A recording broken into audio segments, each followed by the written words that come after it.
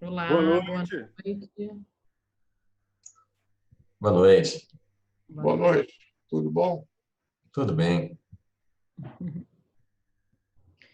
Ô, Nelson, aqui não aparece para mim a gravação ainda, tá? Deixa que eu clico aqui Está quando a gravando. gente Está começar. gravando. Eu acho que Ah, cada um pode gravar de uma forma diferente.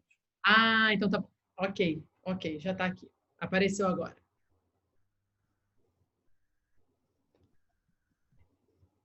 Então a gente vai só aguardar mais um pouquinho. Oi, Soraya, tudo bom? Ela não tá me, acho que ela não está me ouvindo. Oi. Oi, querida, tudo bem? Oi, Soraya. E eu achei que eu não ia conseguir, mas consegui. Que bom, que Que bom. bom. Vocês estão ouvindo a gente bem? Eu Sim, tô. sim.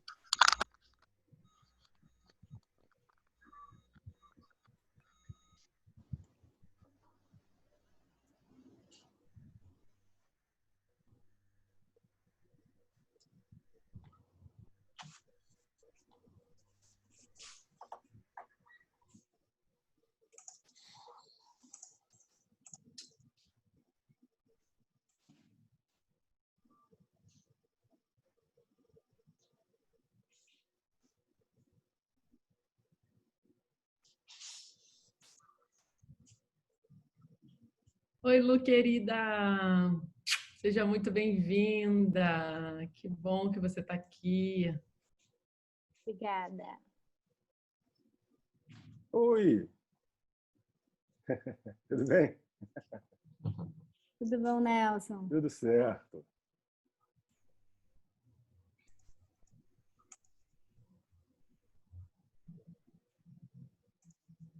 Gente, já já a gente começa, tá? A hora que você quiser. Claro.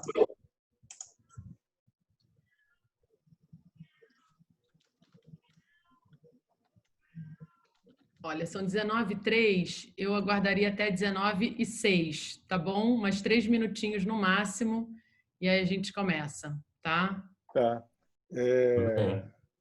Eu acho que talvez a gente já possa... Opa. Não, você vai colocar os links depois, né? Sim, deixa eu falar sobre os temas e aí eu coloco os links, que a gente já tem mais gente aqui. Ok. Para carioca, 19 horas é 19h30.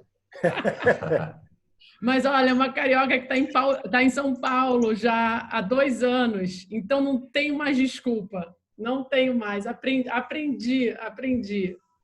Mas é difícil. Tá no sangue.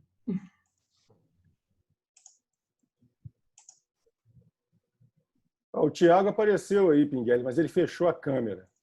Thiago, aparece para dar um oi aí, Thiago.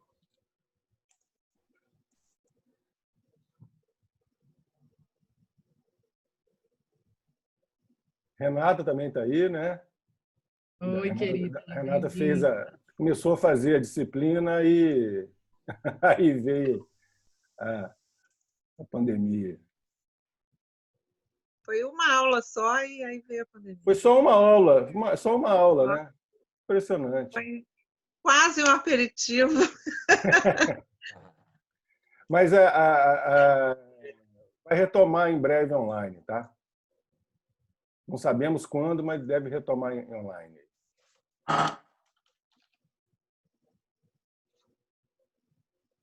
Agora, se você não é online, você não existe. Verdade.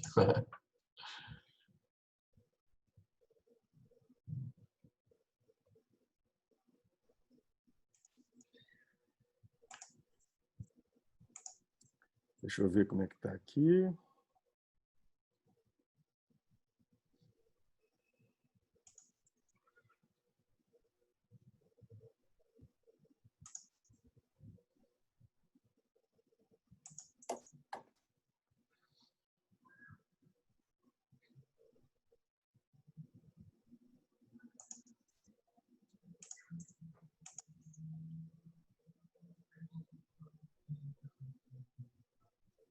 Gente, então a Duda vai dar alguns avisos e, em seguida, eu começo a conversa com o Pinguelli, tá? Duda, são 7h06. 7h06. Pontualmente 7h06. Bom, gente, então eu sou Eduarda, amiga e parceira aí do Nelson e dos Três Saberes, e eu vou fazer uma breve introduçãozinha aqui para a gente hoje, né? E claro, e vou ajudar. Oi, querida, oi, Camila, seja bem-vinda. Que bom que você está aqui. E vou ajudar um pouquinho nessa parte mais da organização, né, das perguntas e tudo mais. E qualquer dúvida, vou estar aqui à disposição durante o encontro, tá? Então, eu gostaria de primeiro agradecer muito a presença de todos vocês. Né, uma boa noite, sejam muito bem-vindos. É uma honra imensa estar aqui com os professores, né, Pinguelli e Nelson Job.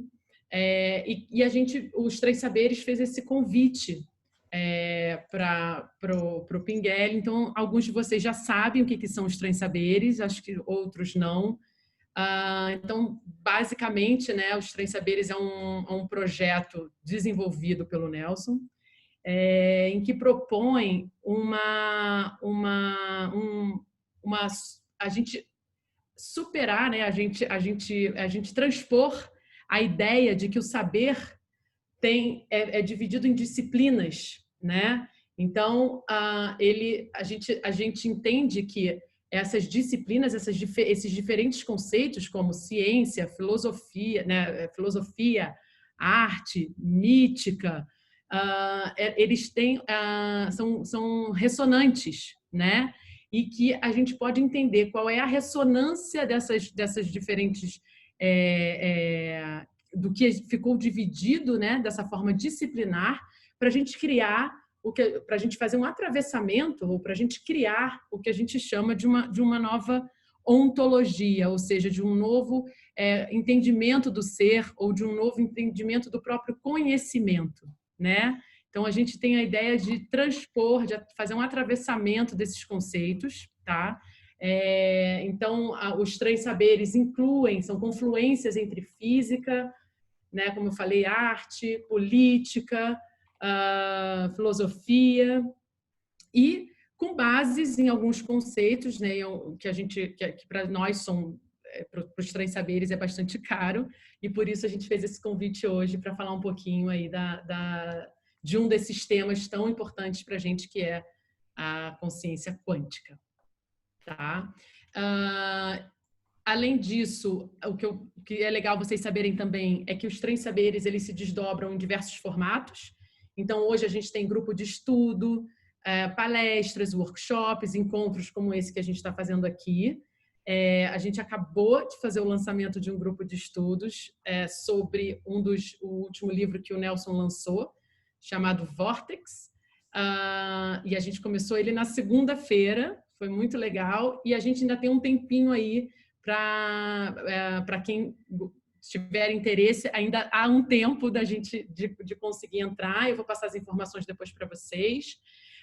E a gente também vai fazer, em breve, um grupo de estudos sobre Deleuze e Guattari à luz desses Três Saberes, né?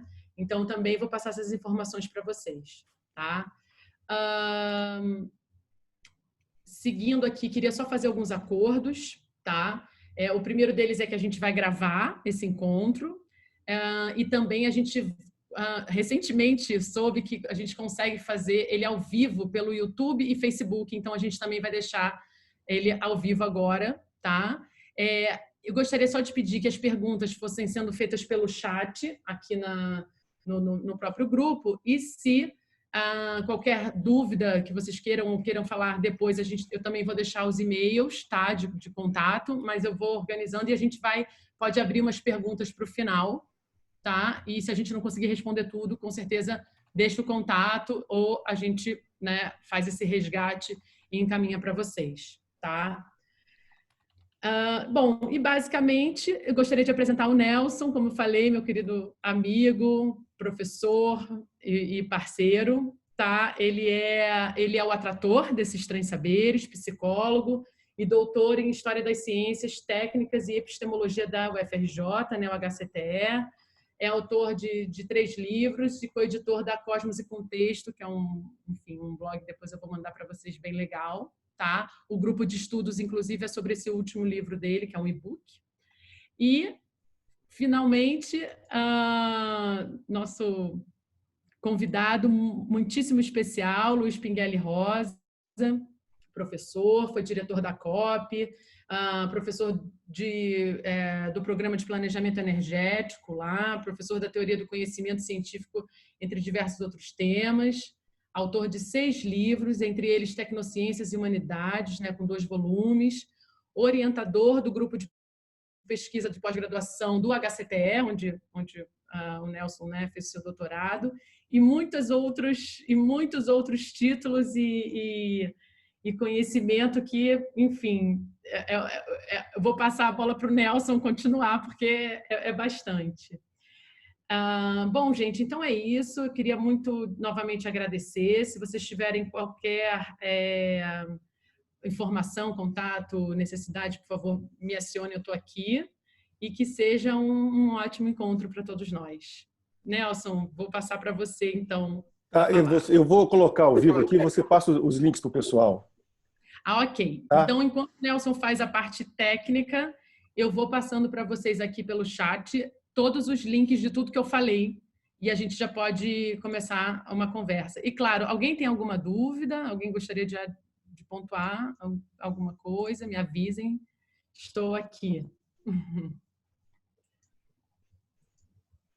Só dar um minutinho. Oi, Ju. Oi, Reinaldo. Que bom! Muito prazer em revê-lo. Ai, que bom! Que ótimo!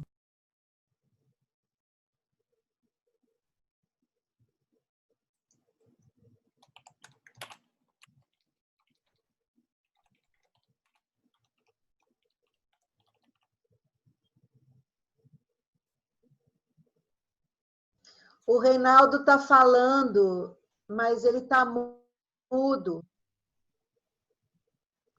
Entendeu, Reinaldo? Ok. Eu quero dizer o seguinte, que é com muito prazer que eu estou aqui nessa live, né? Já estive muito próximo do grupo Transsaberes, do Nelson, da Duda, né? Muito bom te ver aí, Duda. E também do Pinguelli, que foi meu professor na COP, né? Fui aluno dele. E quando concluí lá, após o que eu estava fazendo, foi ele que me entregou o meu papel, né? Na solenidade lá, foi um barato. Ele pessoalmente me entregar esse papel. Muito bom ver o Pinguelli aqui. Maravilha. Já está transmitindo, então. Oi, Reinaldo. Deixa eu voltar aqui. Opa. Então, gente, muito obrigado, Duda. Obrigado, Pinguelli, por ter aceito conversar com a gente hoje. Bom, como a Duda disse, o Pinguelli foi meu orientador, muito mais do que o orientador, né? Porque saculeja as nossas verdades e dá norte para a nossa vida como um todo, né? Mas ele foi orientador no meu mestrado, no meu doutorado e atualmente no pós-doutorado. A gente me chamou para trabalhar junto na disciplina lá de Teoria do Conhecimento Científico, que é uma grande alegria para mim, constante, né? Algumas pessoas que passaram pela disciplina estão aqui assistindo a gente. O Pinguelli é isso tudo que a Duda falou, mas é uma coisa que eu acho que é pouco dito, é a importância dele para a maturidade do processo inter e transdisciplinar aqui no Brasil. Ele foi um dos fundadores do Departamento de Energia, lá da COP, e do HCTE, que é puramente interdisciplinar, né? E onde eu pude realizar a minha tese, de onde saiu meu primeiro livro, etc. Então, assim, para a gente estar recebendo ele aqui hoje é uma imensa alegria, né? Então, começando a nossa conversa, Pinguelli, boa noite, muito obrigado por ter aceito. Pinguelli, o que você está achando dessa história aí da pandemia? Da pandemia? É. Um horror. E ainda mais no Brasil, não é? por causa da atitude do presidente da República negacionista e irresponsável, emulando o descuido das pessoas. Como ele tem um apoio aí de 1/3 da população, 30 e poucos %, eu imagino que isso deve ter contribuído muito para o aumento do número de mortos no Brasil, que é muito elevado em relação a outros países. Alguns países muito menos que o Brasil. Agora, eu acho que a gente tem que ter uma responsabilidade social. Há uma fase precipitada eles chamam de flexibilização do isolamento social, que foi a única maneira encontrada para influir no número de doentes e no número de mortes, consequentemente. Então, essa tal flexibilização é, no fundo, um afrouxamento, porque a flexibilização já existia, que nós, no Brasil, somos muito indisciplinados.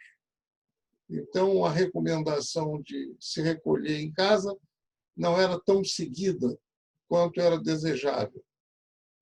Esperava-se um índice de 70%, e o que se alcançou, no máximo, foi 50% de permanência em casa, com saídas eventuais para compras necessárias ou para quem tem que trabalhar mesmo.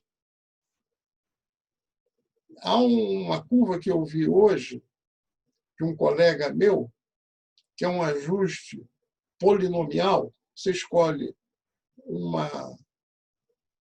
Polinômio é uma série de potências da variável. Ele escolheu, achou mais adequado a quarta potência. Então, é A mais BX mais CX2 mais DX3 mais EX4. Essa é a função. Ele ajustou ao número de mortos no estado do Rio de Janeiro. Não, no município do Rio de Janeiro. Município. E, para minha surpresa, embora localmente esteja aumentando o número de mortes por dia, e se você pegar os últimos dias está aumentando, pegando a curva global e fazendo o ajuste matemático, você encontra já uma tendência de descida. Quer dizer, uma visão otimista. Que a curva já deu um pico, estaria descendo. Mas isso é matemática ou estatística. Não é o mundo real. O mundo real ainda está subindo. Hoje, nos últimos dias, com uma contagem muito irregular, ainda mais no estado do Rio, no município do Rio, porque tem o Crivella e tem o governador, que ambos não funcionam muito bem. Embora temos que reconhecer que o Crivella, com todos os seus defeitos, fez aí um número de alguns hospitais no nosso município, de responsabilidade da prefeitura. E o governador não está conseguindo ir adiante com os hospitais, com acusações de irregularidades, enfim. O Rio de Janeiro é pior do que o Brasil como um todo. O índice de mortalidade, a divisão do número de mortes pelo número de casos registrados do Covid-19, no estado do Rio, está acima de 10%. Ou seja, 10% dos doentes morrem. No Brasil, está pouco acima de 5%. São Paulo também. E outros estados do Brasil, considerando como um todo, o estado do Rio de Janeiro é a pior mortalidade. Talvez a aglomeração urbana nas favelas seja um fator. Porque isolamento social dentro de um cômodo pequeno com muitas pessoas é praticamente impossível. Outros fatores, como a incompetência da gestão da saúde, aqui já mudou secretário de Saúde, as acusações de irregularidades na compra de respiradores que não vêm, compraram 1.000 respiradores que não vieram, depois disseram que não são os adequados, aí outros dizem que são adequados, outros dizem que não. Quer dizer, há uma bagunça carioca. É um carnaval na saúde. Ok. O Brasil é um pouco melhor. Em termos gerais, né? Tá bom. Bom, Pinguelli, agora então vamos entrar no nosso tema principal de hoje, que é o tema que a gente vem estudando no nosso grupo de pesquisa lá na UFRJ, que você coordena o grupo, né?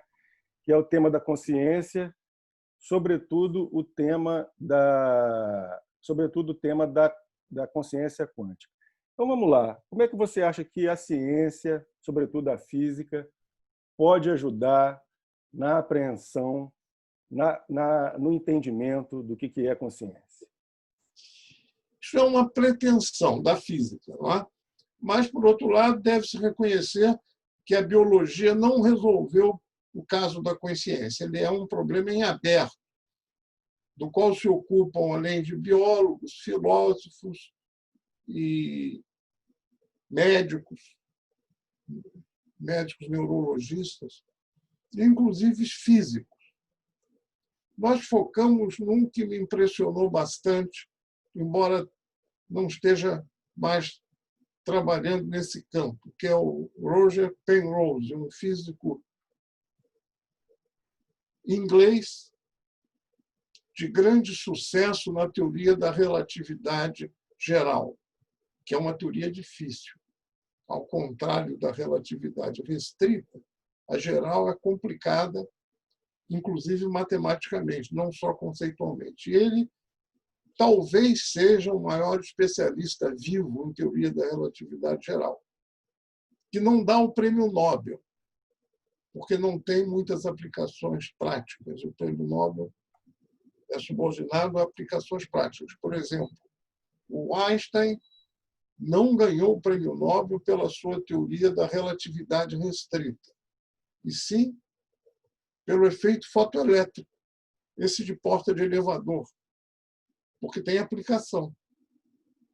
A ideia do prêmio Nobel é direcioná-lo para teorias e cientistas que tenham dado efeitos aplicados. Não é o caso da relatividade geral, que tem aplicação na cosmologia, tem aplicação em voos espaciais, tem aplicação no GPS, mas são muito poucos. Mas o Penrose fez um modelo curioso, que me impressionou muito. Existem outros modelos quânticos da mente, anteriores e posteriores ao Penrose, mas o dele me pareceu muito interessante. Ele desenvolveu 2 livros que foram best-sellers mundiais, onde ele expôs as suas ideias. A teoria quântica é uma coisa complicada conceitualmente. Existem fenômenos não muito bem entendidos de um ponto de vista macroscópico. E ele usou a teoria quântica na teoria da consciência. Existe na teoria quântica uma superposição de estados. É como se eu estivesse aqui agora e também na sala da minha casa, ou até em outra casa. A teoria quântica ela descreve o mundo por uma superposição de estados e há uma medida, uma verificação. Onde é que eu estou? Aí verifica-se que eu estou aqui. Aí você pode calcular uma probabilidade para isso. A teoria quântica é probabilística. Então, o Penrose usou essas ideias. E, para ele, no cérebro, existem vários estados superpostos. Que ele descreve fisicamente o que é isso. são moléculas de uma estrutura de esqueleto celular chamado tubulins. Esse tubulins é composto nas suas paredes, que ele é oco, de moléculas que podem existir em 2 estados, A ou B. E, para ele, a consciência se dá pela redução desses estados superpostos a um deles, que é um fenômeno quântico. Tem vários estados superpostos. Por exemplo, aqui, eu posso estar aqui, posso estar na sala, posso estar na cozinha, porque eu estou confinado, não saio desse espaço. Se estivesse num dia normal, poderia estar na COP também, ou podia estar em trânsito. A teoria quântica, no mundo microscópico, considera tudo isso parte de uma realidade, que só é observada na medida quântica, onde se dá a redução da superposição dos estados a um deles. E aí, essa medida vai apurar que eu estou aqui, no meu escritório, e não na sala, e não na cozinha, etc. Então, os estados do cérebro também são superpostos. E a consciência se dá no momento em que há essa redução dos estados superpostos a um deles. Agora, ele tem mais complicação. Eu acho que é bom não estender muito a resposta, porque aí eu me perco e vocês também. Não, mas acho que vale a pena a gente desdobrar mais um pouquinho. Naquele livro, o terceiro que ele lança sobre consciência, que na verdade é uma espécie de compilação dos outros 2, que é o Grande e o Pequeno. Com Hameroff. Não, depois do Shadows of Mind, ele lança um paper com o Hameroff. Mas aí depois ele lança um livrinho, Grande, Pequeno e a Mente Humana, que é uma espécie de compilação dos outros 2, e aí que tem um debate com o Shimon, com a Nancy Cartwright e com o Stephen Hawking, né?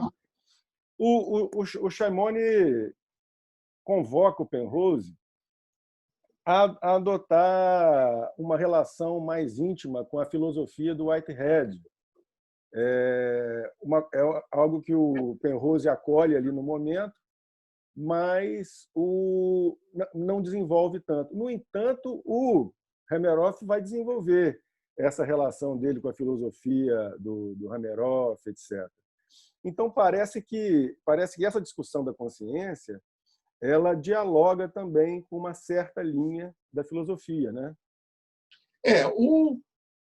O Penrose tem convicções que ele concede. De um lado, ele é um realista que se opõe aos positivistas. Nas ciências sociais, há uma grande confusão sobre o uso dessa designação de positivista. E é comum se julgar na panela do positivismo toda a ciência física. Toda a ciência é matematizada. Mas na física não é assim. Na filosofia da ciência, positivismo é uma tendência, é uma corrente que se desenvolveu no século XIX.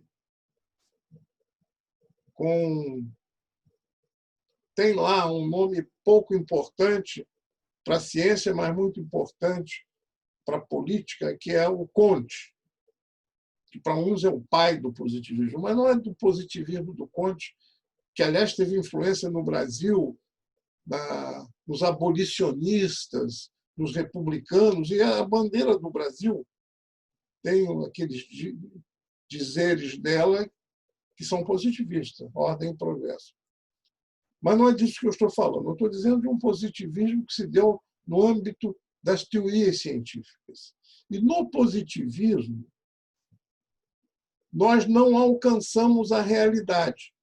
A ciência descreve os fenômenos surgidos na interação da realidade com o observador. e dá preferência à descrição matemática e lógica. Esse positivismo do século XIX, inclusive, era contra o atomismo, que começava a florescer muito no século XIX. Atomismo na filosofia é uma ideia grega. Podemos vê-la ainda em Newton e Galileu, em escritos secundários, não nas suas teorias matematizadas. Mas ela ganhou força na ciência no século XIX com a química.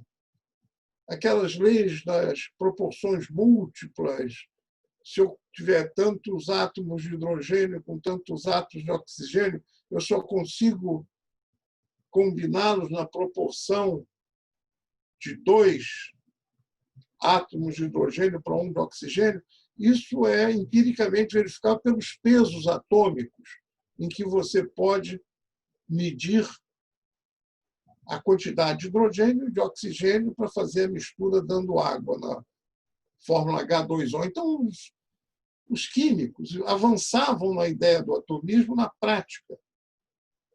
Um dos mais importantes foi o Dalton, que nós estudamos no ginásio. Tem lá sempre alguma coisa sobre ciência.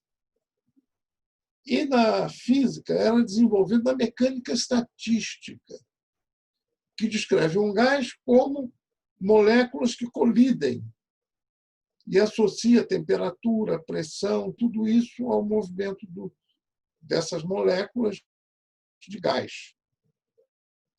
E se destacou muito nesse campo um físico que eu também gosto muito, chamado Boltzmann,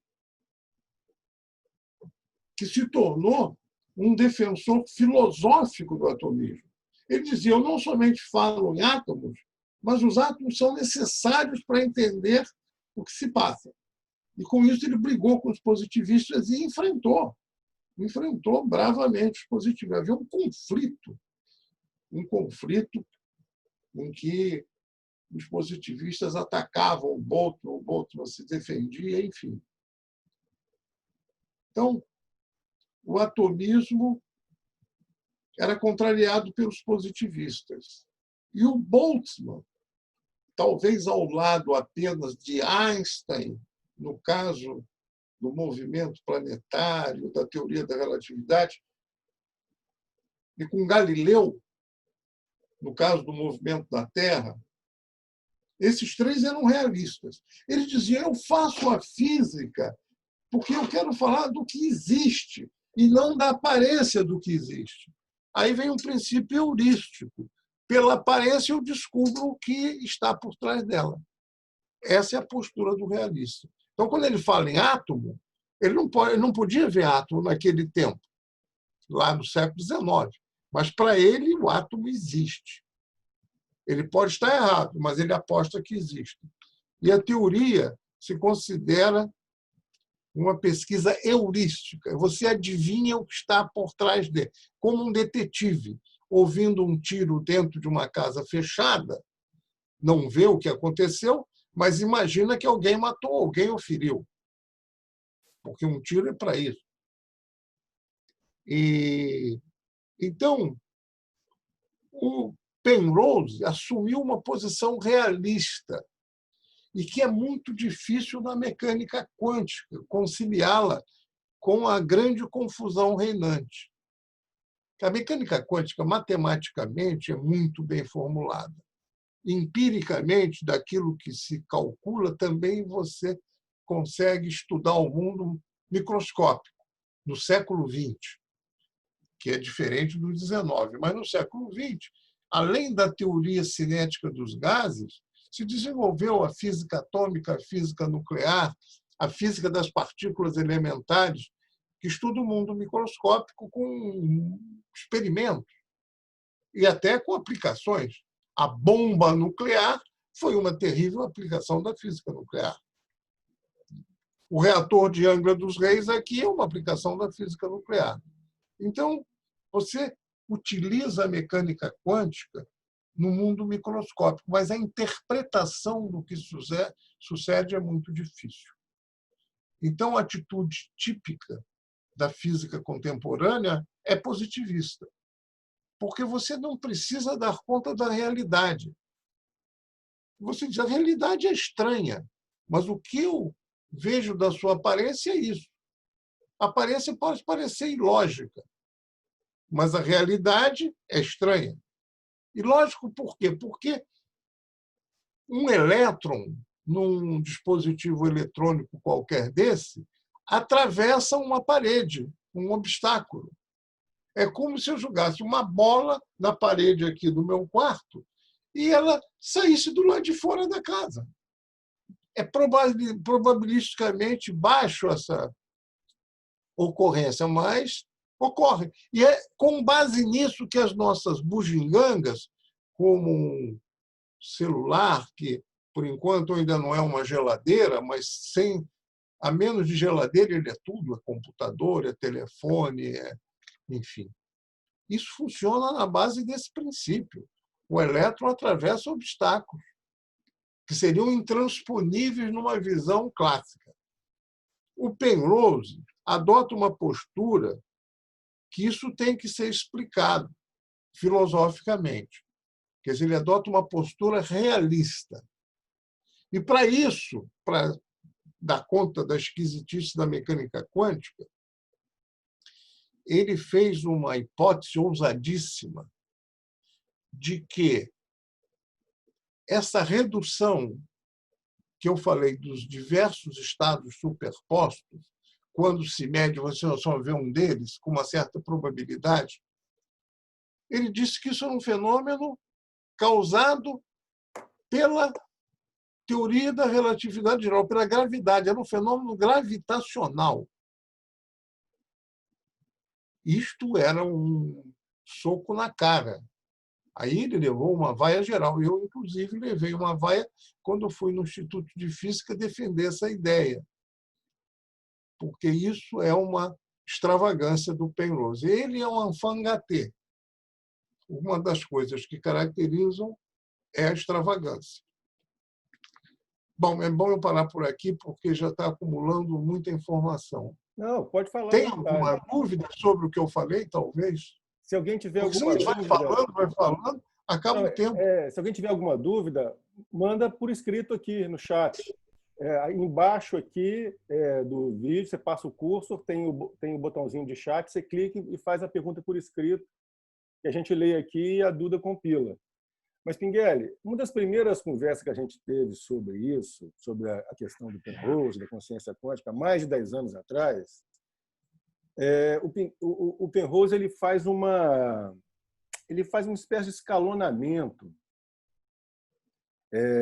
que ele vai dizendo que na anestesia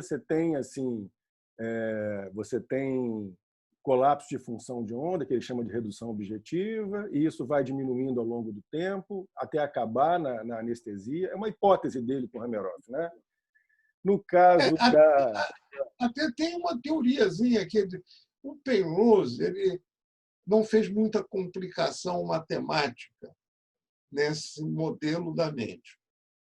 Embora ele seja um matemático muito virtuoso, porque trabalha na teoria mais difícil matematicamente, que é a relatividade geral.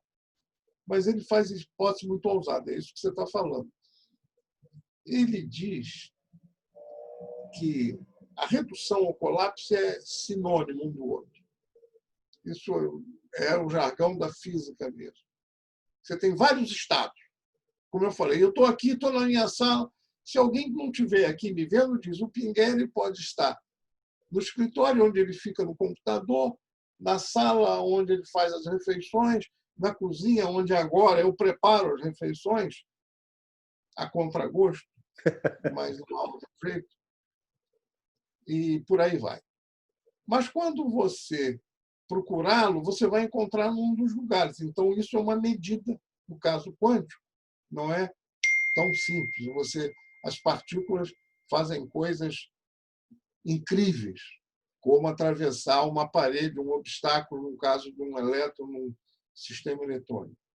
E o Penrose atribuiu o colapso ou redução da superposição para um estado a uma causa gravitacional e também coletiva. Ele chama redução objetiva orquestrada. Orquestrada porque existe um efeito quântico. O mundo quântico é muito estranho. Por isso que o Nelson gosta dele.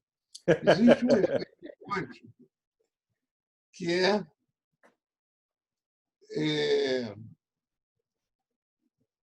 o embaralhamento das funções de onda que descrevem os movimentos das partículas, de maneira que uma partícula pode ter influência à distância, o que, aliás, não é nada tão extravagante, ou pelo menos não é mais extravagante do que Newton com a ação à distância. A teoria da gravidade de Newton é uma ação à distância, que foi abolida com a teoria da relatividade geral. Mas até a teoria da relatividade geral, a gravidade era uma força que se exercia à distância, ou seja, entre o Sol e a Terra, entre a Terra e a Lua. Não há nada interposto.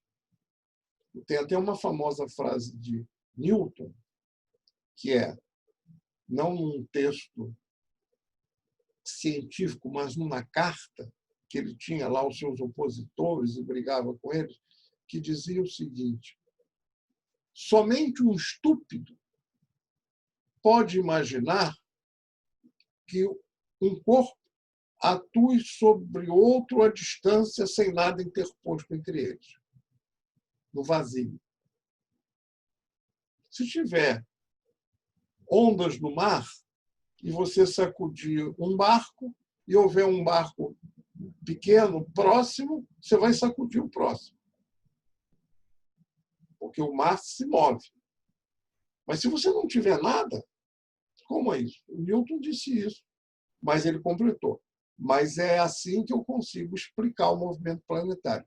Mas ele foi tão ousado, o Newton, que ele não disse que a Terra atrai a Lua, ou que o Sol atrai a Terra.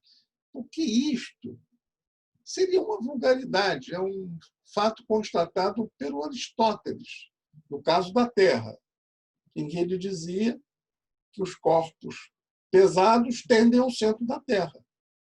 Não precisa de força, diz que é da natureza do corpo pesado ir para o centro da Terra. Por quê? Porque lá é o lugar natural de todos os corpos pesados. Mas o Newton não disse isso só. O Newton disse que a força da gravitação se exerce entre esta tampa de caneta e o meu celular. Um está atraindo o outro. Eles não se grudam porque há outras forças que anulam, senão ficava a caneta grudada no celular. Isso dá uma ideia da ousadia da ciência. Isso é uma coisa incrível. Tenta explicar para uma pessoa simples, que não está muito ligada nessas coiseiras, isso. Que uma porta, um objeto atrai o outro. Qualquer objeto, a cadeira atrai a mesa, tudo está certo. Embora não se movam porque há uma anulação dessa força pelo atrito por outras forças também.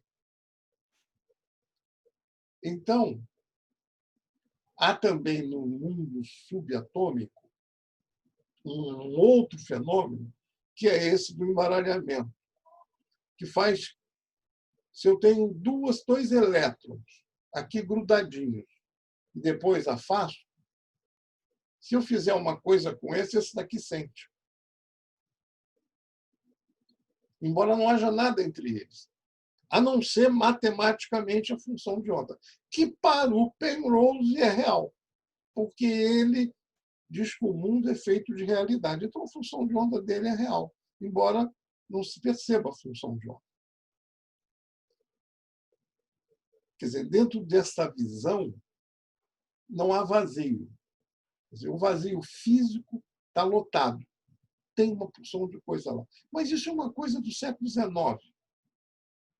quando Maxwell fez a teoria do eletromagnetismo. Ele estabeleceu o campo eletromagnético, que é usado nas comunicações. A besteirada da Globo chega até minha casa por ondas eletromagnéticas. Isso é uma infelicidade. Mas a luz do Sol chega à Terra por ondas eletromagnéticas. A luz é uma onda eletromagnética. Você não vê, não pega, não vê. Você vê o reflexo dela, você não vê ela passando assim. Quer dizer, a nossa percepção humana é limitada. Agora, na mecânica quântica é muito mais.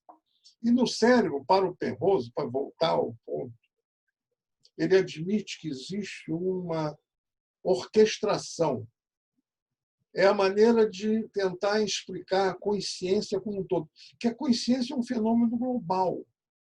A consciência não é um fenômeno local. Embora o Penrose faça a ousadia de dizer que a consciência ela se dá de quando em quando. Agora é preciso falar outra coisa, apesar da inflação de informações aqui, é que, para ele, existe um período de tempo em que há uma computação quântica naqueles microtubos do esqueleto celular dos neurônios, por causa dessas moléculas que só têm dois estados, A e B. Toda a computação nossa, tecnológica, é baseada no uso de um sistema booleano, onde há dois estados, 0 e 1. Tudo é calculado assim. Se você for a alma dos nossos computadores ou dos nossos celulares, é assim que eles funcionam.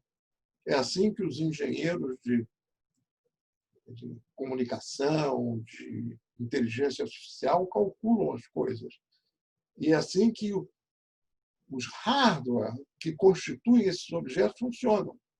Tem pequenos imãzinhos que uma hora estão imantados, outra hora não estão. É tudo na base do 1 e 0. Então, o Penrose disse que existe, durante um tempo, uma computação quântica no cérebro como um todo, orquestrada, porque ela está se comunicando através do embaralhamento, que em inglês chama-se entanglement, que é a expressão mais usual e traduzida para o português pode ser embaraçamento, embaralhamento, qualquer coisa assim. Então, existe essa computação que é o nosso processo de inteligência, de memória.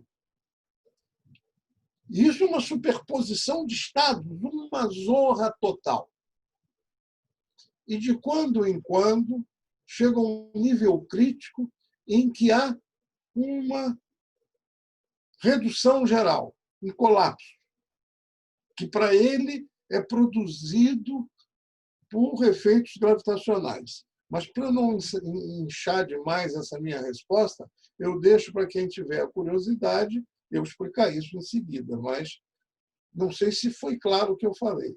Então, a consciência se dá de vez em quando, porque você tem um processo de processamento quântico nos neurônios, nos esqueletos dos neurônios. Porque outro tabu que ele quebra é que não são os neurônios que produzem a nossa inteligência e consciência. São os fenômenos no nível subneuronal. É outro tabu dele, que vários biólogos desmaiaram, alguns engenheiros de inteligência artificial tiveram que ser hospitalizados, porque ele falava as coisas muito chocantes. Escrevia, né? O livro dele foi best-seller. Bem, mas então... Pinguelli, se houver dúvida do que eu falo, é bom interromper logo, porque as coisas cada vez se complicam mais. Ninguém fez uma pergunta, não. Só o Fábio que fez uma. Não sei se vocês não estão entendendo nada ou estão entendendo tudo. São duas hipóteses, 1 ou 0. Acho que estamos indo bem. Se alguém tiver pergunta, faça por escrito, gente. Mas o Pinguelli, eu não vou resistir, vou sair um pouquinho do script, porque você citou o Newton aí, e eu estou vendo o livro do Westphal e Cohen atrás de você sobre o Newton. Essa coisa toda de transaber... Eu botei de propósito para impressionar. Essa ideia toda de transaberes nasceu na sua aula quando você falou que o Newton era bruxo. Aí tem aquela coisa do discurso do Keynes. O que a gente pode falar rapidamente sobre isso, só para dar uma notinha de rodapé? Tem uma frase do Keynes que diz tudo sobre isso. O Keynes escreveu no centenário da morte de Newton, não sei. Ele era um grande economista, aliás, faz falta, porque o Bolsonaro, além de ser fascista, é neoliberal. É um caso raro no mundo de um fascista neoliberal. Então, as ideias de Keynes fazem muita falta. O pior do que o Bolsonaro é o Paulo Guedes. Porque o Bolsonaro é uma espécie de palhaço que entretém a plateia. E o Bolsonaro é o equilibrista que vai destruindo o país todo. O Guedes, né? O Guedes. Bom, o Newton foi objeto desse discurso do Keynes, em que o Keynes falou a seguinte frase, mais ou menos. Tido como o primeiro dos grandes racionalistas da Revolução Científica, o Newton não é isso. Ele é o último dos místicos, dos assírios, dos caldeus, da tradição dos assírios e caldeus. Newton era um mágico. Por isso ele inventou a gravidade. Por isso Descartes não inventou a gravidade. Porque Descartes era um verdadeiro racionalista. Ele tinha que entender as coisas. Então, o modelo cartesiano do movimento do céu e da terra era uma confusão do diabo. Havia uns vórtices, que o Nelson gosta também, uns vórtices que giravam, arrastavam um fluido, um éter, que para o Descartes havia o éter. E o éter carregava os planetas, mas isso estava tudo errado. Os cálculos dele eram todos errados. Agora, o Newton inventou essa força-distância variando com o inverso do quadrado da distância, 1 sobre R2. E aí ele calcula as órbitas dos planetas. Mas é através de bruxaria, porque essa força-distância é uma mágica. Então, ele não hesitava em lançar a mão dessa imaginação. O Penrose tem um pouco disso. Embora seja... O Newton também era um matemático virtuoso. Ele inventou o cálculo diferencial integral, não existia. E brigou com o Leibniz, porque o Leibniz disse que foi ele que inventou, o Newton disse que foi ele que inventou. Ambos inventaram, são inclusive diferentes dos fundamentos de um e de outro. O Newton é muito geométrico, essa história de tangente, de você fazer um polinômio dentro... Um polinômio, não... Polinômio. Um poliedro dentro de uma esfera e vai reduzindo a diferença entre o poliedro e a esfera. E o Leibniz, não, era a teoria dos infinitesimais, era totalmente diferente. Mas os dois inventaram o cálculo integral diferencial. O Newton era um grande matemático e tinha uma mente mística. Um sujeito que falou disso, não sei, vocês são jovens, não conheceram, mas foi muito conhecido no Brasil. É um dos físicos de referência lá da década de 50, 60. Chamava-se Mário Schoenberg, que era também um amante das artes e meio místico. E ele dizia a mesma coisa. Ele fazia a comparação de Newton com Descartes. Tem um livrinho que ele escreveu colocando isso. Mas o Keynes foi primeiro dele alguns séculos, né? E disse isso também. O Penrose tem um pouco dessa mágica, essa história do cérebro dele é muito ousada. Até eu acho que era bom que fosse recuperada, O Hameroff, o médico, continuou, mas sem o mesmo brilhantismo, porque ele não tem um conhecimento de física na massa do sangue. Então, ele tem que dar muitas voltas para poder chegar a um ponto. E ele continua trabalhando com isso. Até uma ideia de chamá-lo para conferencista do HCTE, que nós tivemos e não realizamos, porque o HCTE vive em crise. Mas o que eu acho mais importante? Tem uma pergunta aqui. Há uma coisa curiosíssima que, se você não fizer a pergunta, eu falo depois. Tá. O Mário Schembig, inclusive, ele é muito importante para a história da arte recente do Brasil. Ele contribuiu para as obras da Lígia Clark, né? A Lígia Clark teve toda uma relação com ele e tudo. O Lucas Moraes, um abraço. Ele foi caçado pela ditadura. Uhum. E eu fui secretário da Sociedade Brasileira de Física no período em que ele foi o presidente. Ele era uma figura exótica, ele ficava de olhos meio fechados, falando, tinha todo um carisma. Tem uma pergunta aqui do Lucas Moraes. Ele era comunista. Ele tinha sido, inclusive, deputado pelo Partido Comunista, quando o Partido Comunista teve uma janela de legalidade. Eu não sei bem quando, se foi no fim do período do Getúlio ou se foi no início do período do Dutra, porque o Dutra cassou o Partido Comunista. Então, pode ter sido um período de tempo curto. Foi quando houve a Constituinte do fim do governo da ditadura do Getúlio, que foi em 46, eu acho, essa Constituinte. O Schembig foi deputado dessa Constituinte pelo Partido Comunista Brasileiro. Ele era comunista marxista. Ok. O Lucas Moraes está fazendo uma pergunta aqui. Lucas, um abraço. Eu vou fazer a pergunta dele daqui a pouquinho. O Lucas, agradeço muito ele que me apresentou o Walter Hanegraaff, dos estudos de esoterismo ocidental na academia, e traduziu o texto Chapel, A Roupa Nova do Kybalion, que a gente publicou na Cosmos e Contexto. Na Cosmos e Consciência, desculpa. Ele está perguntando aqui, Pinguel, ele queria entender um pouquinho mais o papel da gravidade na redução, na versão do Penrose. Essa é a pergunta que eu queria. Parece que nós combinamos. É o emaranhamento quântico.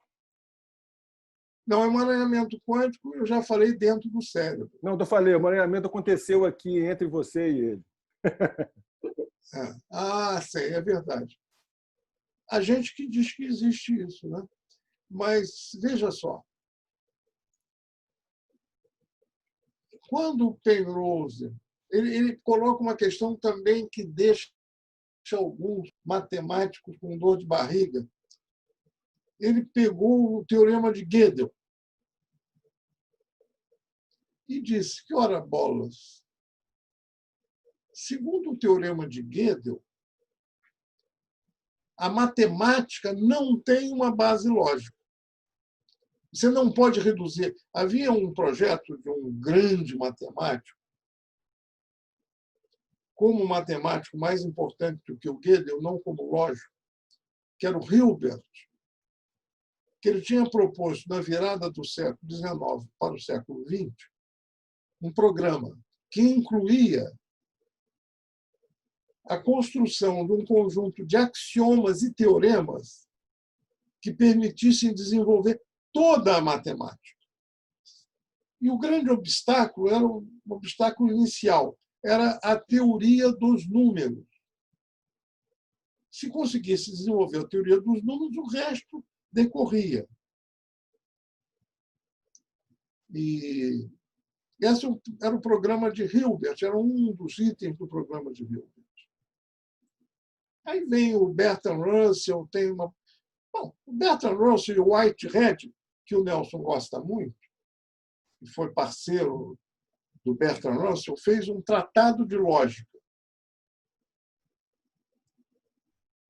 em que estabelecia os fundamentos da teoria dos números. eu tive a condenação pelo meu orientador de física, lá há séculos atrás, de estudar esse livro, que é um livro dificílimo, do Bertrand Russell Whitehead, que chama Os Princípios da Matemática. É uma paródia do Newton. O livro do Newton de mecânica chama-se Os Princípios Matemáticos da Filosofia Natural, exibindo com clareza que, naquele tempo, a ciência não era separada da filosofia. Daí o título PhD para os engenheiros, inclusive para todo mundo ganhar o título PhD, doutor em filosofia, embora a maioria não entenda nada de filosofia, nem os físicos em geral não entendem nada de filosofia, mas ganham o título PhD. Mas o livro do Bertrand Russell e do Whitehead era sobre lógica e dava os fundamentos da lógica e da teoria dos números. E ele teve de enfrentar problemas. O problema do paradoxo do mentiroso, que já existia numa frase filosófica dos gregos e aparecia na matemática, que se você disser um cretense disse que todo cretense é mentiroso. E aí? Se o cara é cretense, ele é mentiroso. Logo, os cretenses não são mentirosos. Isso é um paradoxo. Isso ocorre na matemática. E o Bertrand Russell e o Whitehead tiraram esses problemas, criaram a ideia de metalinguagem. Você não pode falar da verdade de uma linguagem dentro dela. Você tem que sair para a metalinguagem. Então, ele tinha uma teoria bem elaborada. E o Gödel, jovem, botou fogo na teoria dele. E mostrou que as teorias matemáticas, todas elas, sejam quais forem, não são jamais, ao mesmo tempo, completas e coerentes, consistentes. Ou é consistente ou é completa. Não ser consistente significa que ela pode levar a absurdos, a contradições, como o paradoxo do cretense.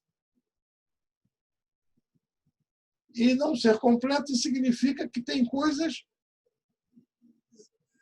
da teoria que os axiomas não prevêem. A gente aprende no ginásio a geometria. E vocês se lembram, a geometria como é? Você tem os conceitos fundamentais.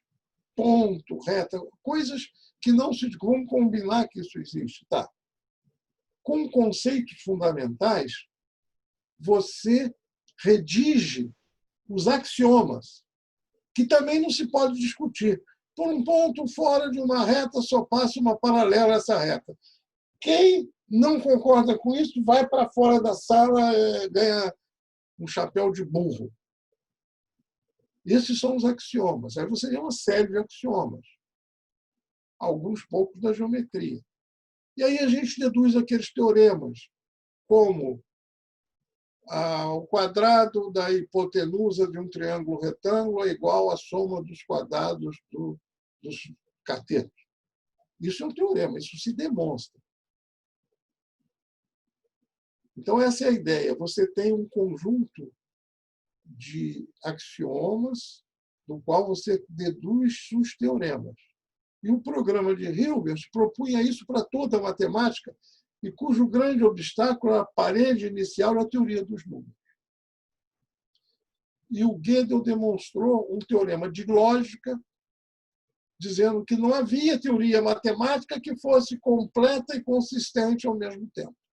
Isso não deu nada, porque ninguém prestou atenção. Ele falou num seminário onde eu tinha lá um cobrão, cujo nome eu não me lembro, mais um desses grandes matemáticos, que percebeu. E foi falar com ele e foi desenvolvendo a coisa. Mas os outros não entenderam nada.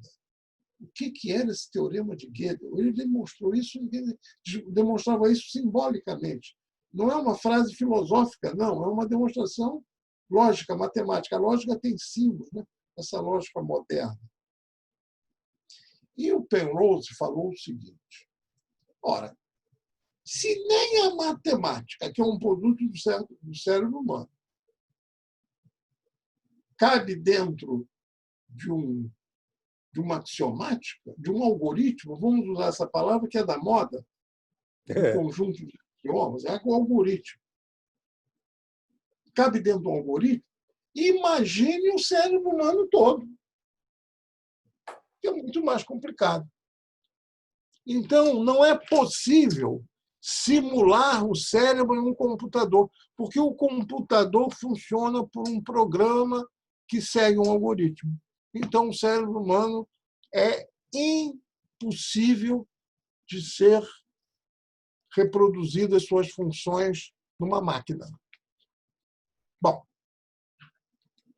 agora, por que o cérebro humano é assim? Aí ele diz: teoria quântica não é, embora ela seja probabilística, é um troço complicado. Aí é uma volta filosófica. Leiam o Penrose. Ele diz: não é. A teoria quântica ela é algorítmica, porque a equação fundamental dela, a equação do Schrödinger, é uma equação matemática. Você calcula. A interpretação é que é probabilística do seu resultado, mas ela é matemática. A teoria matemática da mecânica quântica é determinista. Ele também chama atenção para isso. Aí ele vai procurar, bom, onde é que eu tenho indeterminismo? Tenho um problema matemático na teoria da gravidade geral. Na teoria da gravidade geral, eu tenho problemas topológicos, que é da estrutura do espaço, que não são redutíveis a nenhum algoritmo. Então, tem que ter, olha aí como ele é safado, tem que ter problema gravitacional no cérebro para poder ter esse problema da não algoritmização. A relatividade geral não é a estrutura do espaço dela não é. Então, ele disse, onde é que está isso? Está na redução dos estados do cérebro, aquele colapso da função de onda. E diz que é por um efeito gravitacional, que vai aumentando o processamento quântico do cérebro, vai tomando cada vez mais espaço. Quando chega a um certo ponto, tem um problema. Ele é uma superposição de estados. Cada estado tem uma energia. Cada energia, na teoria da relatividade geral, corresponde a uma métrica do espaço. Então, você tem vários espaços superpostos. Isso é uma bagunça. Tem que prevalecer um que é o espaço global. Então, há um colapso. O que causa o colapso é esse aumento da dimensão da computação quântica, que chega a um nível que você tem várias estruturas espaciais superpostas, várias métricas, mas não pode. Tem que prevalecer uma. Então, há um colapso. Então, ele atribuiu ao colapso quântico uma razão gravitacional. Aí a vaia foi geral. Julgaram tomate, ovo. Vários físicos foram hospitalizados. Ele foi muito ousado. É interessante isso. Aquele livro dele, o primeiro deles, né? O segundo é meio chato. O primeiro dele é onde ele põe as ideias fundamentais. O segundo é mais matemático. Né? Tá. Pingueli, agora a gente está terminando. Eu queria fazer uma última pergunta, já saindo um pouco da questão da consciência quântica, que é um assunto interminável, a gente pode voltar em uma outra oportunidade. De qualquer maneira, as pessoas estão convidadas aí que a minha live de terça no Instagram e no Facebook vai ser sobre transsaberes e mecânica quântica, né? Mas assim, eu queria falar com você o seguinte: você era uma voz solitária há pouco tempo atrás, porque há uma mania na academia brasileira hoje em torno do nome do Bruno Latour, né? Eu, por exemplo, era um cara que também era meio adepto a isso, até ficar um pouco mais atento graças às suas aulas. Agora, no Brasil, começou a aparecer as traduções do antropólogo Tim Gold, que é muito crítico ao Latour, e eu acho que faz a melhor antropologia existente hoje em dia no mundo. E agora saiu uma tradução do livro Dark Deleuze, do Andrew Cope, que também faz uma crítica interessante ao Latour. Vamos falar um pouquinho dessa moda do Latour aí na academia. É interessante que o HCTE tem uma forte influência do Latour em alguns colegas, né? Principalmente na COP, aquele grupo da COP que participa do HCTE, o Ivan da Costa Marques, que são bons caras, mas foram muito cativados pela ousadia do Latour. A minha crítica ao Latour é superficial, mas é muito objetiva. Está no meu livro, no 2º volume. Quando a gente tem tempo, a gente passa por isso lá. Às vezes não tem tempo. Vou mostrar a capa aqui, o Tecnociência e Humanidades, volume 2. Esse troço aí tem. Que o Latour ele cismou de fazer uma crítica da ciência mais radical. Ele segue uma linha interessante até do Bloor, de outros críticos, a própria escola de Frankfurt tem uma crítica do Habermas, de outros ao cientificismo. A ciência se tornou uma espécie de religião do século XX. Então, as críticas do Latour partem de um ponto positivo, inclusive a ideia do construtivismo social da ciência é interessante. Quer dizer, essa heurística que eu falei aqui lá no início leva a você construir entidades. Por exemplo, o fóton foi inventado pelo Einstein para descrever o efeito fotoelétrico, o comportamento da luz. O fóton tornou-se uma partícula. Esse até é um assunto que eu, o Elaine e o Jean, e agora o Pisciani, do Instituto de Macromoléculas, estamos escrevendo e reescrevendo, que a gente nunca se dá por satisfeito, um artigo que inclui esse problema, da construção de entidades. O fóton foi construído e ficou.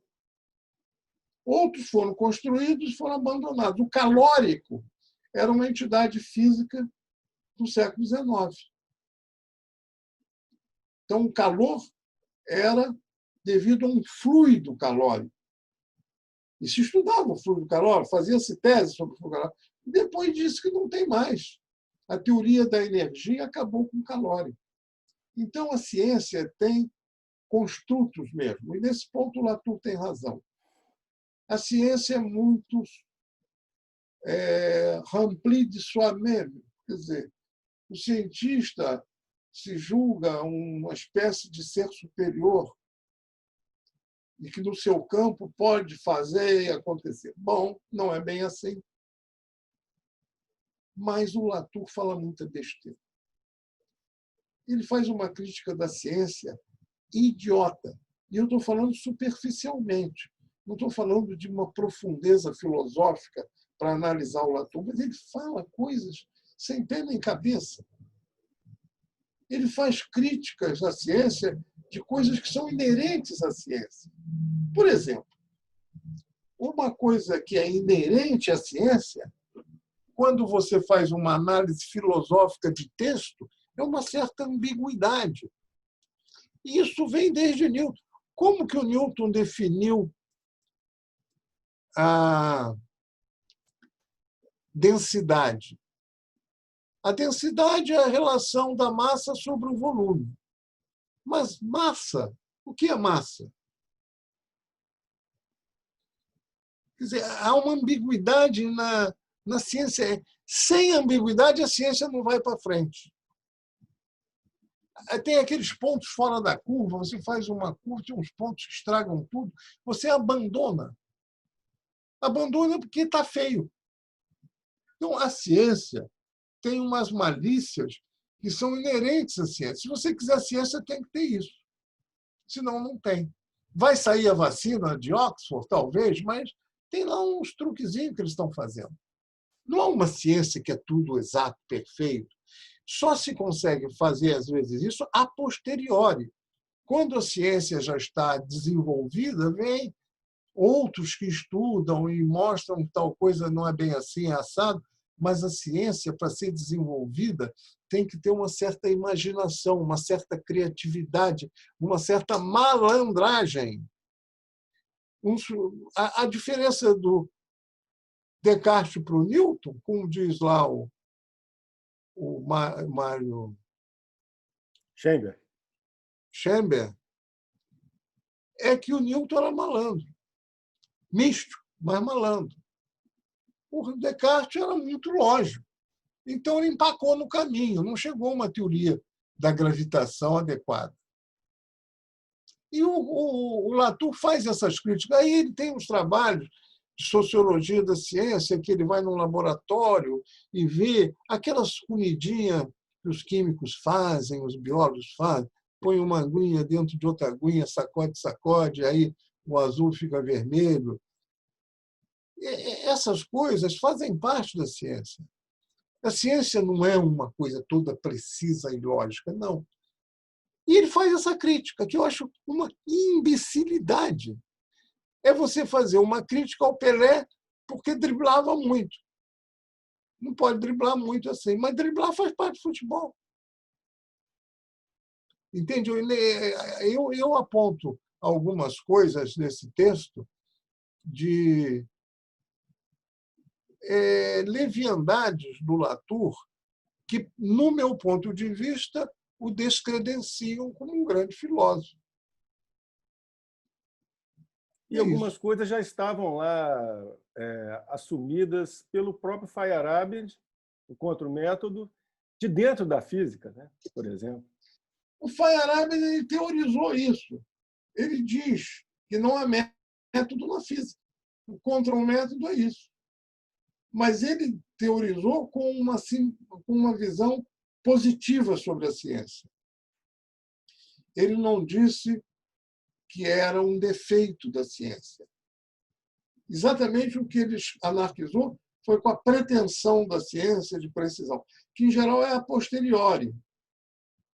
Hoje, quando a gente fala da mecânica de Newton, a gente está cheio de teorias sobre ela, etc. Mas quando Newton fez, é que era um problema, que ele partiu do nada. Então, a crítica do Latour, para mim, é leviana. E, por mim, ele não serve para muita coisa. Não faço generalização para o construtivismo social da ciência que ele adota. Eu mesmo dou exemplos que corroboram o construtivismo da ciência. Mas não dizer que a ciência é tudo uma besteirada. Isso, quem é besta é o Latour, não é a ciência. Pega um avião, vai... Agora ninguém vai mais porque está suspenso. Mas você pegava um avião aqui, ia para Paris, atravessava um oceano enorme pelo meio da noite, sem enxergar nada, com uns aparelhinhos, tudo funcionando no avião, baseado na ciência. Se a ciência fosse uma idiotice, ninguém pegava avião. Porque também ia cair tudo pelo caminho. É verdade. Pinguelli, eu queria terminar mostrando o livro que a gente organizou junto, né? A Transdisciplinaridade da Consciência, que é o resultado do nosso seminário. Isso daí foi muito bom. Isso aqui foi resultado do nosso seminário lá na Casa da Ciência, que foi resultado do nosso grupo de pesquisa lá. Vamos fazer outro desse sobre algum tema correlato em breve? Vamos fazer. Nem que seja online, a gente os faz. Os alunos, os doutorandos têm que produzir coisas, como fez o Nelson, que a gente possa incorporar nessas discussões transdisciplinares com um interesse. Aliás, o trabalho da Amanda sobre pós-verdade, segundo aquilo que ela apresentou para a gente, está ficando bem interessante, não? Muito bom, muito bom. Talvez eu pudesse fazer um seminário com a apresentação dela sobre aquilo e uma discussão em torno. Aí a gente pode juntar com a questão da guerra híbrida e tudo aí. Ó, a Renata está perguntando qual a sua compreensão do negacionismo da ciência hoje? A que se deve? Também, a que se deve, eu não sei, há uma fase ruim, né, no mundo. Você vê que o fenômeno Bolsonaro não é só no Brasil, né? O Bolsonaro é um imbecil de carteirinha. Eu fiz curso da Academia Militar das Agulhas Negras e o meu curso era muito melhor do que o conhecimento que ele propaga por aí. Não sei se ele colou tudo lá ou se ele fez um curso que já era muito diferente, porque ele é muito mais novo que eu. Agora, você vê na Hungria, nos Estados Unidos, o Trump, você viu aquela palhaçada que o Trump fez no meio dos protestos, saiu com uma Bíblia na mão, foi para frente de uma igrejinha tirar um retrato. Pô, isso é um débil mental. Não é um débil mental, não, é um farsante, que é o que o Bolsonaro é também. Mas você tem na Hungria, mesmo na Europa, tem governo de direita sempre houve. A Angela Merkel é uma mulher de direita, mas ela tem posições políticas, algumas condenáveis, outras aceitáveis. Ela não é uma doida varrida que nem o Trump, que nem o Bolsonaro, que nem o cara da Hungria. Quer dizer, é uma onda de direita percorrendo o mundo.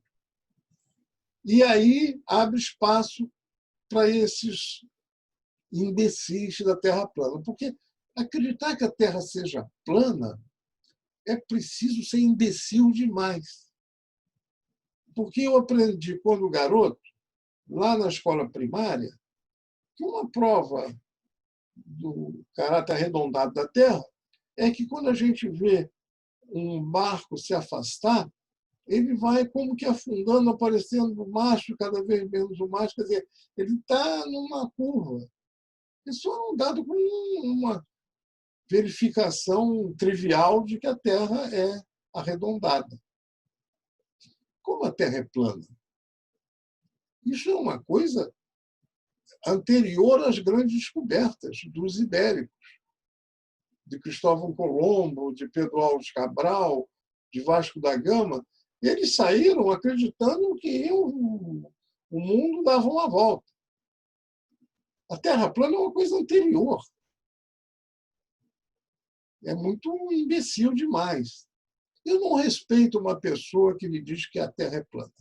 Por exemplo, eu não respeito o Olavo de Carvalho, porque ele diz que ele respeita pessoas que dizem que a Terra é plana. Então, ele é, por equivalência, um imbecil também, tanto quanto essa pessoa que diz que a Terra é plana. Isso é um absurdo completo, não tem nenhuma base em nada. É isso aí. Agora, se você novamente faz uma relativização, ou seja, numa curta distância, a Terra é plana. Mas isso é um problema trivial e muito antigo. Inclusive, na cartografia, para curtas distâncias, você representa bem no mapa plano.